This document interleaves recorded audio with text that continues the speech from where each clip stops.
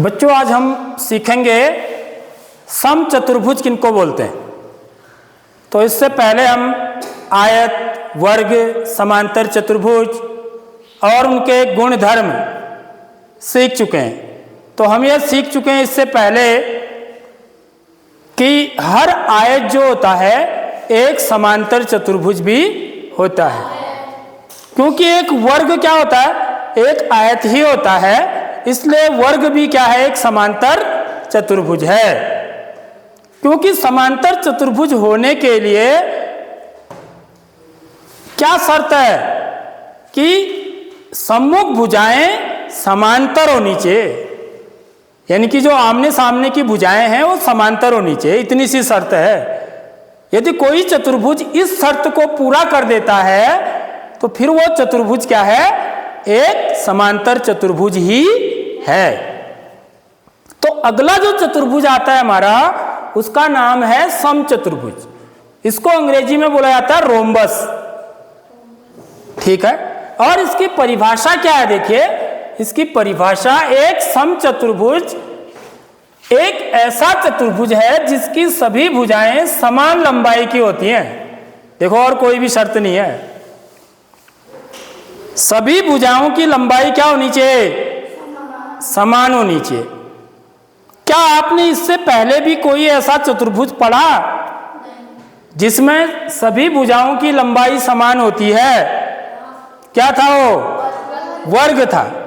लेकिन उसमें एक शर्त और थी, वर्ग में एक शर्त और थी। वो शर्त क्या थी बच्चों? वेरी गुड, बिल्कुल सही बताया। हर कोण उसमें 90 अंश का भी होना चाहिए, यह भी शर्त थी।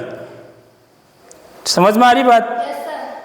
लेकिन समचतुर्भुज में यह शर्त नहीं है कि हर कोण 90 अंश का होना चाहिए। इसलिए आप यहां पर देख रहे होंगे कि यह कोण कैसा है, यहां पर न्यून कोण है और यह कोण कैसा है, अधिक कोण है। लेकिन एक चीज जरूर है इसमें जो वर्ग जैसी है, वो क्या है कि इसकी सभी भुजाओं की लंबाई क्या होगी बच्चों? बराबर होगी, ठीक है। तो एक समचतुर्भुज ऐसा चतुर्भुज है जिसकी सभी भुजाओं की लंबाई क्या होती है, समान होती है। तो इससे क्या सिद्ध हो जाता है कि वर्ग भी क्या है, एक समचतुर्भुज है, क्योंकि उसकी भी सभी भुजाओं की लंबाई समान होती है। समझ में आ रही बात? तो वर्ग को भी हम क्या बोल सकते हैं, एक समचतुर्भुज कह सकते हैं, क्योंकि उसकी सभी भुजाओं की लंबाई समान होती है इस परिभाषा के अनुसार। अब इसके गुणधर्म क्या होते हैं, देखिए इस तरफ इसके गुणधर्म लिखे हुए हैं। समचतुर्भुज की चारों भुजाओं की लंबाई समान होती है, ठीक है। कहने का मतलब यह है चारों भुजाएं, मतलब पहली भुजा क्या है इसकी, ए बी, ठीक है, इसकी लंबाई और बीसी की लंबाई और CD की लंबाई और AD की लंबाई या DA की लंबाई, यह सब लंबाइयां कैसी होंगी, बराबर होंगी। तो पहला गुणधर्म यह है इसका। दूसरा गुणधर्म क्या है, इसकी सम्मुख भुजाएं समानांतर होती हैं या समांतर होती हैं।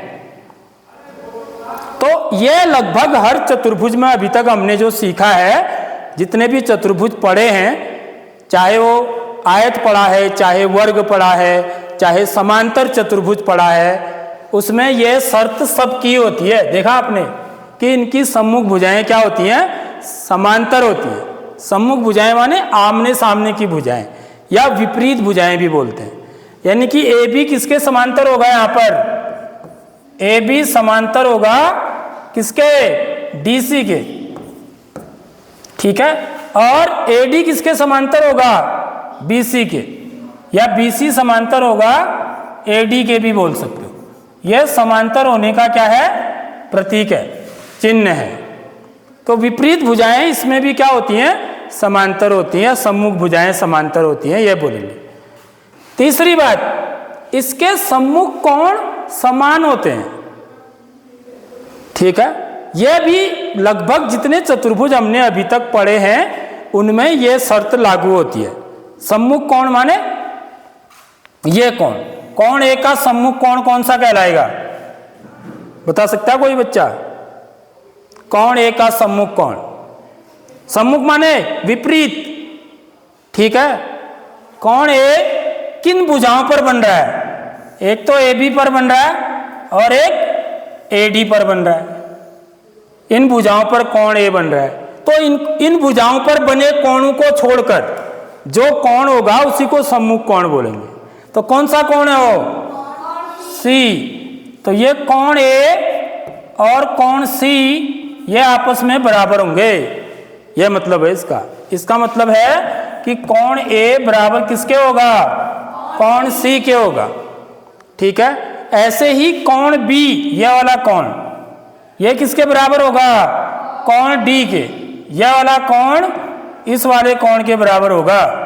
तो कोण बी बराबर कोण डी, ठीक है। समझ में आई बात? यह मतलब है इसका।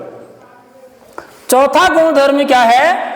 इसके आसन्न कोणों का योग 180 अंश होता है।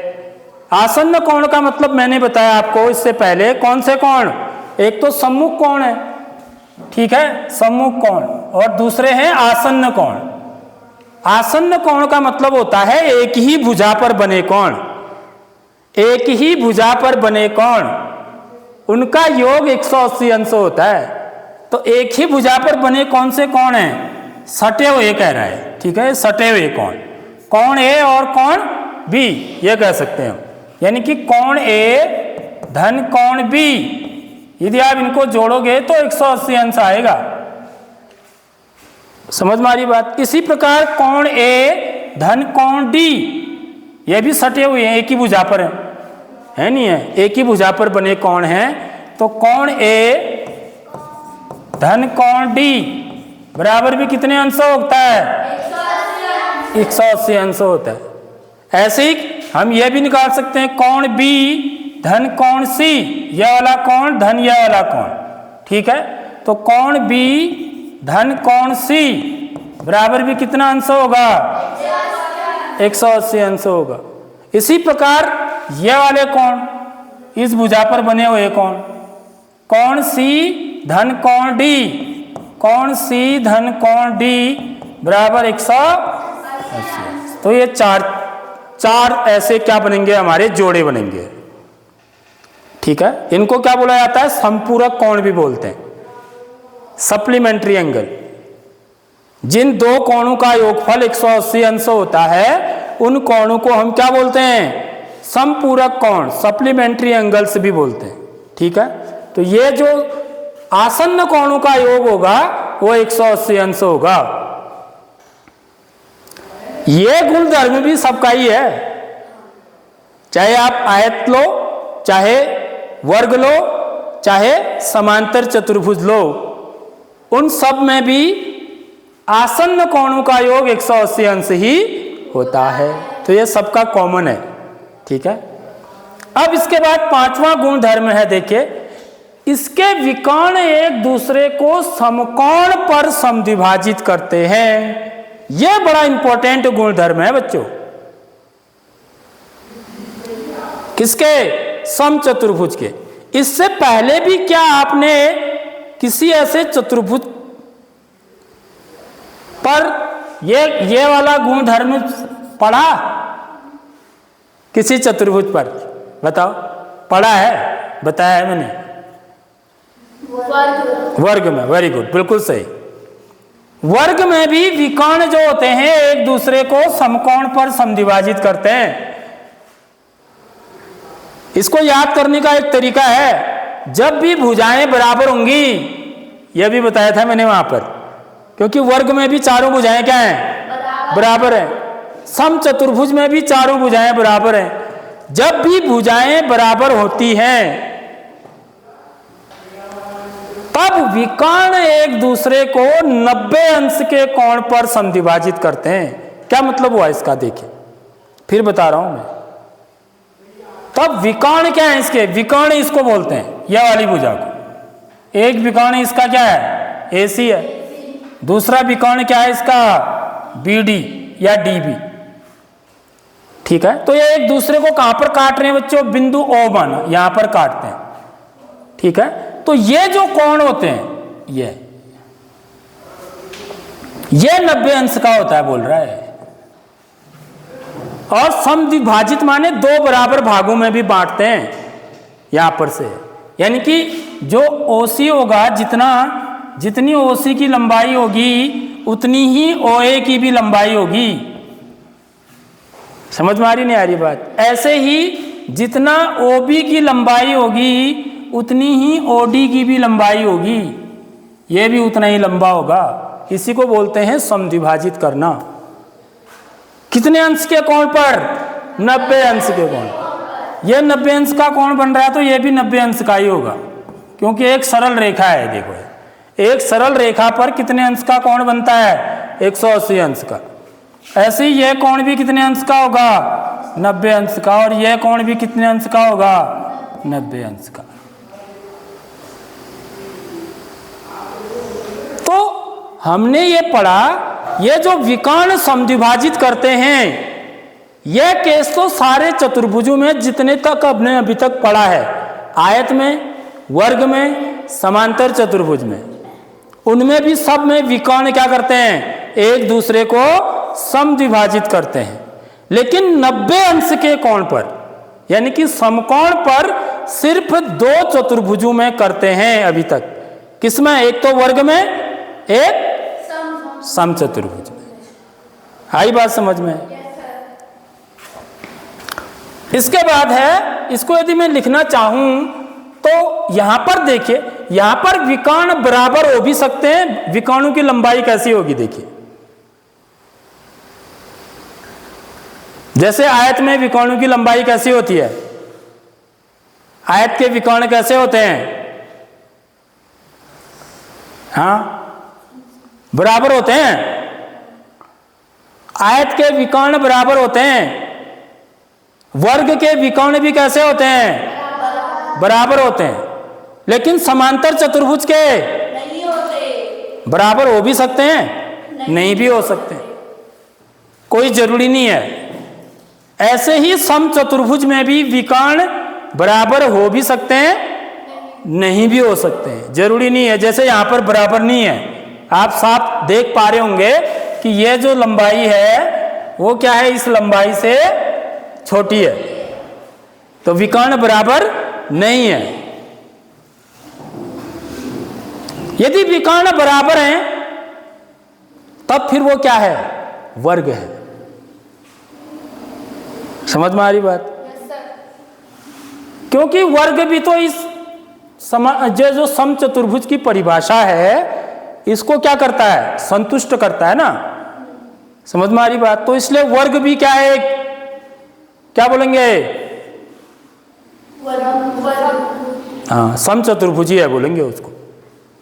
ठीक है, क्योंकि उसकी चारों भुजाएं बराबर होती है ना।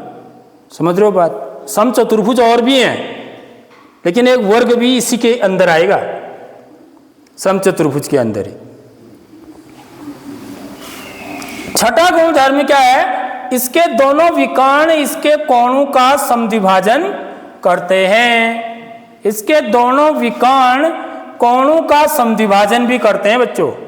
क्या मतलब हुआ इसका, मतलब कोणों को दो बराबर भागों में बांटते हैं, यानी कि जितना यह वाला कोण होगा उतना ही यह वाला कोण भी होगा। मतलब यदि ये 30 अंश का है तो यह भी 30 अंश का होगा। यह बात मतलब है इसका। ठीक है, समझ में आ रही बात। ऐसे ही जितना यह कोण होगा उतना ही यह कोण भी होगा, ये भी बराबर होंगे। वैसे ही जितना यह वाला कोण होगा उतना ही यह वाला कोण भी होगा, और जितना यह कोण होगा उतना ही यह कोण भी होगा। ठीक है, तो विकर्ण क्या करते हैं, कोणों का समद्विभाजन करते हैं। ठीक है, समझ आ गई बात। तो ये क्या है, ये समचतुर्भुज के गुण धर्म हैं। तो इससे हम ये चीज देख रहे हैं कि जो समचतुर्भुज है वो भी क्या है बच्चों, एक समांतर चतुर्भुजी है। समचतुर्भुज क्या है? एक समांतर चतुर्भुजी है वो। क्यों? क्योंकि समांतर चतुर्भुज होने के लिए क्या चाहिए? शर्त सिर्फ कि उसके आमने सामने की भुजाएं क्या होनी चाहिए? समांतर होनी चाहिए। तो इसकी आमने सामने की भुजाएं क्या हैं? समांतर हैं। देखो है नहीं है? इसलिए समचतुर्भुज क्या है? एक समांतर चतुर्भुज ही है। ठीक। अब देखिए यहां पर हर वर्ग एक समचतुर्भुज है। जैसे मैंने अभी बताया आपको, हर वर्ग जो है एक क्या है? समचतुर्भुज ही है। क्यों है? क्योंकि यह समचतुर्भुज की परिभाषा को संतुष्ट करता है। क्योंकि समचतुर्भुज होने के लिए क्या जरूरी है? चारों भुजाएं बराबर होनी जरूरी है। कौन कितने भी अंश के हों। समझ में आ रही बात? तो उसमें 90 अंश भी शामिल हो जाएगा। समझ रहे हो बात? तो 90 अंश जब होगा तब वो वर्ग हो जाएगा। ठीक। तो समचतुर्भुज वह चतुर्भुज होता है जिसकी चारों भुजाएं बराबर होती हैं। वर्ग में भी क्या होता है? चारों भुजाएं बराबर होती हैं, इसलिए वह समचतुर्भुज की परिभाषा को पूरा करता है। इसके अलावा वर्ग में चारों कोण 90 अंश के होते हैं, जबकि सामान्य समचतुर्भुज में कोण 90 अंश का होना आवश्यक नहीं है। हो भी सकता है, नहीं भी हो सकते। समझ में आ रही बात? तो इससे हमें यह पता चलता है कि हर वर्ग एक समचतुर्भुज है, लेकिन इसका उल्टा सत्य नहीं है। इसका उल्टा क्या हुआ कि हर समचतुर्भुज एक वर्ग है, ऐसा नहीं होता है। जैसे अभी हमने जो पिछले समचतुर्भुज बना, क्या वो वर्ग था? नहीं था। वर्ग होने के लिए क्या जरूरी है? कोण भी 90 अंश के होने जरूरी हैं। ठीक है। तो हर वर्ग जो है एक समचतुर्भुज होता है, लेकिन हर समचतुर्भुज एक वर्ग नहीं होता। यह बात क्लियर समझ में आ गई?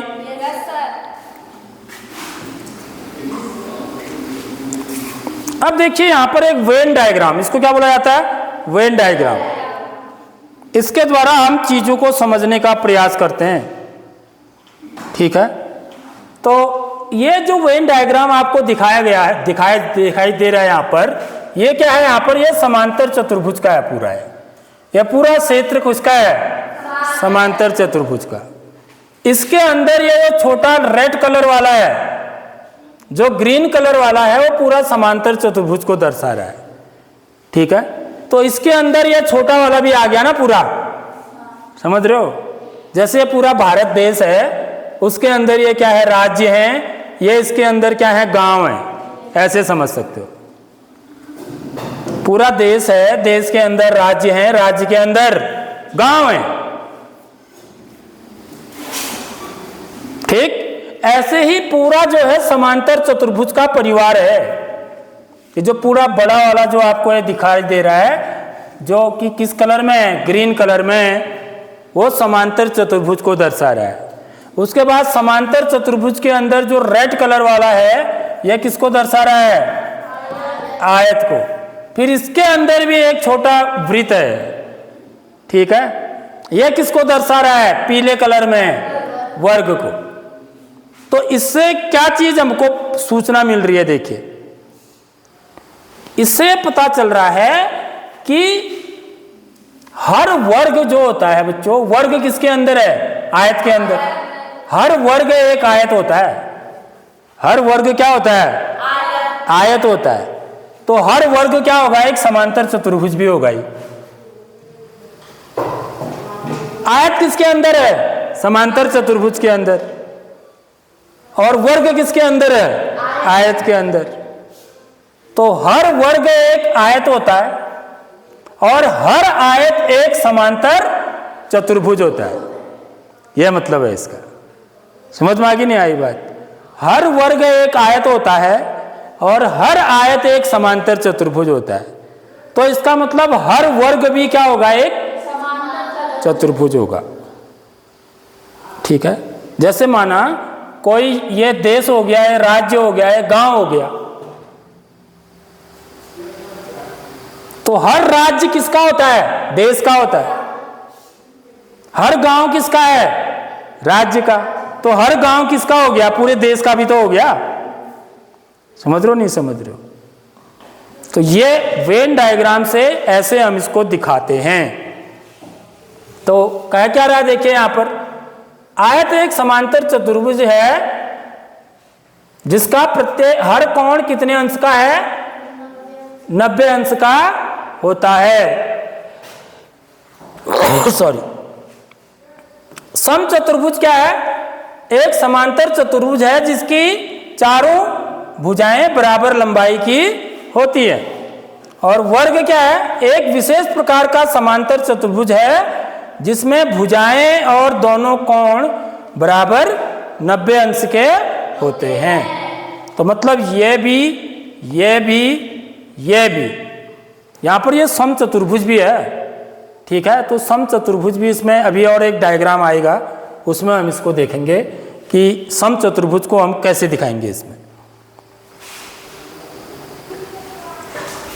देखिए क्या संबंध होता है इसमें, किसमें? आयत, वर्ग, समचतुर्भुज और समांतर चतुर्भुज में इस वेन डायग्राम के द्वारा यहां पर दर्शाया गया है।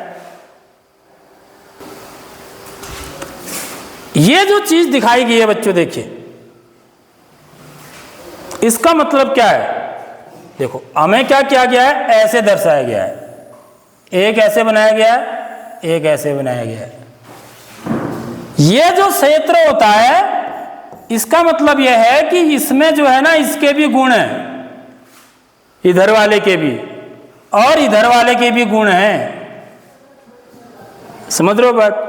तो ये बीच में क्या है? देखिए ये जो कलर, इस कलर से दिखाया गया है, ये आयत है। ये वाला पूरा जो दिखाया जा रहा है अंडाकार है क्षेत्र, ये किसका क्षेत्र है? आयत का। यहां आयत रहते हैं, ठीक है, और इस क्षेत्र में समचतुर्भुज रहते हैं। ये जो आपको नीला दिखाई दे रहा है। और वर्ग कहां रहते हैं? देखिए ये वाले क्षेत्र में रहते हैं, यहां वर्ग है। ठीक है, ये बता रहा है कि जो हर वर्ग होता है वो आयत होता है। ठीक है, साथ ही साथ हर वर्ग जो होता है वो समचतुर्भुज भी होता है। ठीक है, समझ में आ गई बात? क्योंकि वर्ग में आयत के गुण धर्म भी मौजूद हैं और वर्ग में समचतुर्भुज के गुण धर्म भी मौजूद हैं। इसलिए हर वर्ग क्या है? आयत भी है और समचतुर्भुज भी है। ठीक है, पहला वाला तो यह बता रहा है। दूसरा वाला क्या बता रहा है इसमें देखिए जरा। अब आ गया बड़ा, पूरा जो गोला दिख रहा है आपको, ये किसका है? यहां कौन रहते हैं? सब समांतर चतुर्भुज हैं। समझ में आ रही बात? तो समांतर चतुर्भुजों का परिवार क्या है? बड़ा है। अब इसके अंदर ही इसको दिखाया गया। देखिए यही चित्र को इसके अंदर तो बनाया है। समझ में आ रही बात? तो समांतर चतुर्भुज में अंदर क्या आते हैं? आयत आते हैं। इसका मतलब हर आयत क्या है? समांतर चतुर्भुज है। हर समचतुर्भुज क्या है? समांतर चतुर्भुज है। और हर वर्ग भी क्या है? समांतर चतुर्भुज है। इसके अलावा हर वर्ग क्या है? आयत भी है। इसके अलावा हर वर्ग जो है समचतुर्भुज भी है। तो यह सूचना हमको इससे पता चलती है।